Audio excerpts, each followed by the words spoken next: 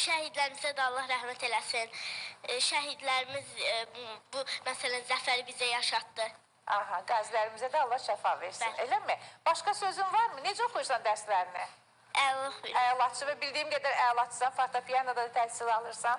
Bəli. İkinci sinifdə, hə? Bəli. Senin müəllimən kimdir? Sara xanım. Bəli. Gəl efir vasitəsilə Sara xanımı da salamlayaq və ifamızla davam edək. Buyur.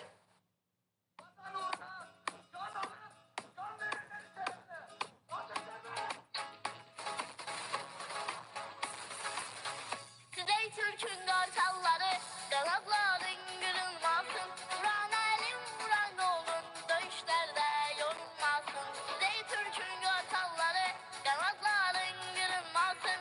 Vuran əlim, vuran olun, döyüşlərdə yorulmasın.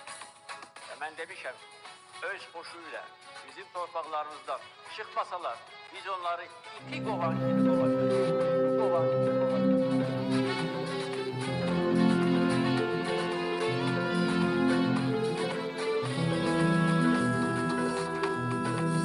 Sultan yağı, savaşına, yüreğli yol, möhkəm dayan. Torpağımızda şəhid olan yiğitlərin adını an. Torpağımızda şəhid olan yiğitlərin adını an. Gözlərini yola dikən ümitləri sənə qalan, sən yola salalanan böyük sənə qeyrətin Sizey Türk'ün qartalları, qanadların qırılmasın. Vuran əlim, vuran olun, döyüşlərdə yorulmasın. Sizey Türk'ün qartalları, qanadların qırılmasın. Vuran əlim, vuran olun, döyüşlərdə yorulmasın.